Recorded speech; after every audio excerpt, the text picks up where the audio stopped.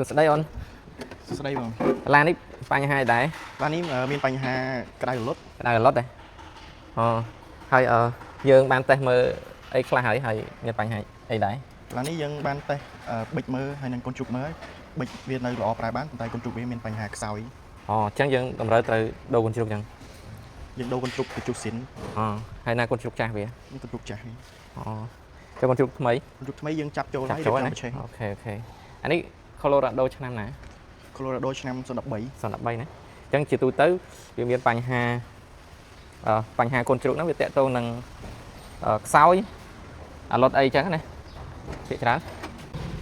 អញ្ចឹងពេលដែលក្តៅអាឡុតឬក៏ខ្សោយអីហ្នឹងគឺភាគច្រើន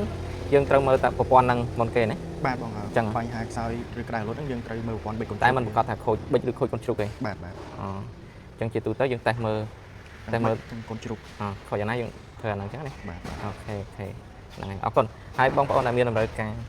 ប្រភេទ Chevrolet Colorado ដូច013អីមានបញ្ហាវាមានច្រើនប្រភេទមិនថាឆ្នាំ013ឯ012ឬក៏014 15ហើយមានបញ្ហាជីកក្តៅរលត់ឬក៏ពិបាកឆេះមានផ្សែងអីអាចតាក់ទងសៀកម៉ូតូមកជឿបានអរគុណ